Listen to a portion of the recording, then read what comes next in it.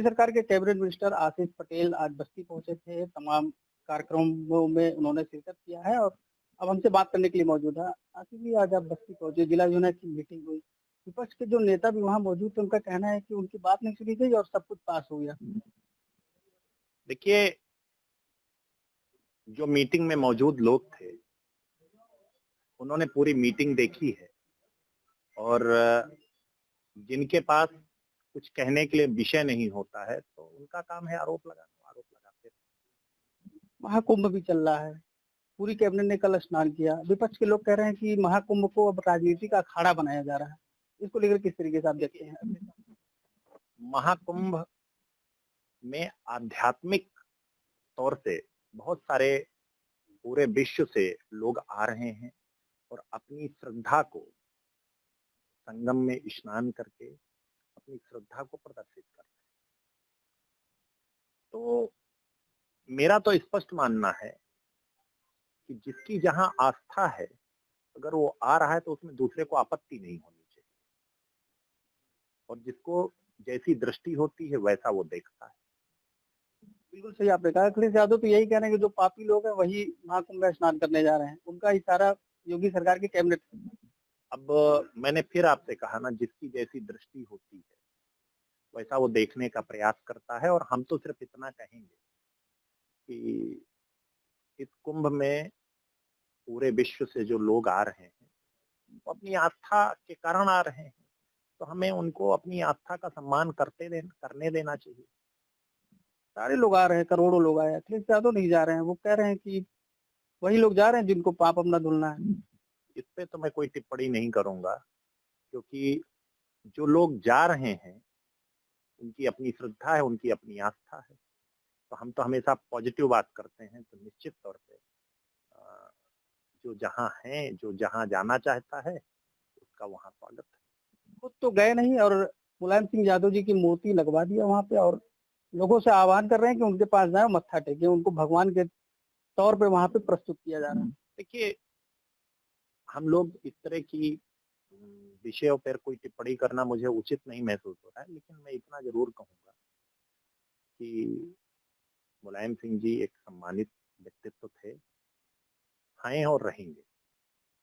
क्या मूर्ति को लगा के इतने बड़े आयोजन में, महाकुंभ में, उनको भगवान का दर्जा दिखाया जाना क्या उचित है? इस पे देखिए, मुझे तो ये पता नहीं मूर्ति कब लगी है, कैसे है। मैं एक बार उसकी पूरी पड़ताल कर लूंगा, तब पर इस पे टिप्पणी करूंगा। 20 दिन से पूरी कैबिनेट के काफी मंत्री वहां पे हैं, सारे लोग, पूरा भारत जान गया कि मुलायम सिंह की मूर्ति वहां रखी गई है सपा के कार्यकर्ताओं के द्वारा। आपको नहीं जानता? नहीं, मेरा सिर्फ इतना कहना है कि मूर्ति कब लगी है ये मुझे जानकारी नहीं है, लेकिन अगर किसी भी राजनीतिक व्यक्तित्व की मूर्ति लगी हो, किसी भी दल से है, कैसे है, तो उसका सम्मान होना चाहिए।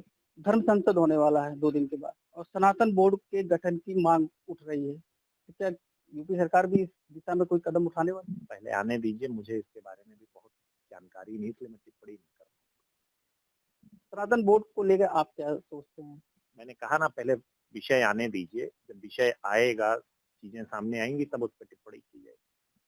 कृष्ण पे एक सवाल कर लेते हैं। कृष्ण को लेके आप पे भी आरोप लगे थे, उस पर आपने जवाब भी दिया था। अब आप कह रहे हैं कि ये मामला बहुत पुराना हो गया है, लेकिन जो स्थिति चल रही है यूपी में, चाहे थानों में भ्रष्टाचार की बात हो, चाहे अधिकारी जो बेलगाम है, आपको क्या लगता है? देखिए, मैं अपने विषय में बिल्कुल स्पष्ट हूँ, मैं बिल्कुल खुली किताब हूँ। मेरे हर पन्ने को आप पढ़ सकते हैं और चाहे जिस प्रकार का पेन लगा लें उस पर कुछ भी लिख सकते हैं। तो जो अपने बारे में मेरी जो पहले की टिप्पणी थी, आज भी मैं उस पर कायम हूँ कि जिसको किसी प्रकार का वो है, वो किसी भी एजेंसी से उसकी वो करा सकता है जांच। मैं अपने बारे में, और रही बात और भी विषय, जब कोई हमारे पास शिकायत आती है, सरकार के पास तथ्यों के साथ कोई शिकायत आती है, तो सरकार उसकी जांच करा। विपक्ष कह रहा है कि थानों में भ्रष्टाचार बहुत बढ़ गया। आपको लगता है इस तरह की शिकायतें आपके पास आती? मैंने कहा, जब साक्ष्यों के साथ कोई शिकायत आती है तो हमारी सरकार उस पर कार्रवाई कराती है। आप पे जो आरोप लगे थे, आप मानते हैं कि आप ही के दल के, आप ही के पार्टी के, आप ही की सरकार के लोग इस पर साजिश किए हैं? मैंने अपनी बात मीडिया के माध्यम से कह दी है, वो बात पुरानी हो गई, मुझे उस पर कुछ नहीं कहना। साजिश से आप इनकार नहीं करते? मैंने अपनी बात मीडिया के माध्यम से मान्यवर कह दी है। उसके बाद अब उस बात पे मुझे दोबारा कोई टिप्पणी करना, रोज थोड़ी घाव खोदा जाता है। अभी वक्फ बोर्ड को लेकर जो जेपीसी की बैठक हो रही थी, उसमें से 10 विपक्षी के जो सांसद उन्होंने हंगामा किया और उसके बाद बैठक स्थगित हो गई। तो क्या विपक्ष के लोग जो जेपीसी की पूरी टीम में शामिल है, वो नहीं चाहते हैं कि वक्फ बोर्ड में जो कमियां हैं वो सामने आए, जो संशोधन होना चाहिए वो हो? मैं एक बार उसको, मेरी जानकारी में नहीं है, मैं तो उत्तर प्रदेश में ही व्यस्त था, ये भारत सरकार का विषय है। एक बार मैं जब तक उसको समझ नहीं लूंगा, पढ़ नहीं लूंगा, तब तक मैं कोई टिप्पणी नहीं करूंगा।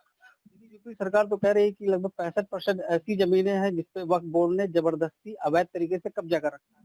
वो सरकार के पास कोई सूचना होगी, मुझे जानकारी नहीं। आशीष पटेल जी थे जिन्होंने तमाम मुद्दों पे हमसे बात की है और बेबाकी से इसका जवाब भी दिया। एबीपी गंगा, खबर आपकी, जुबान आपकी।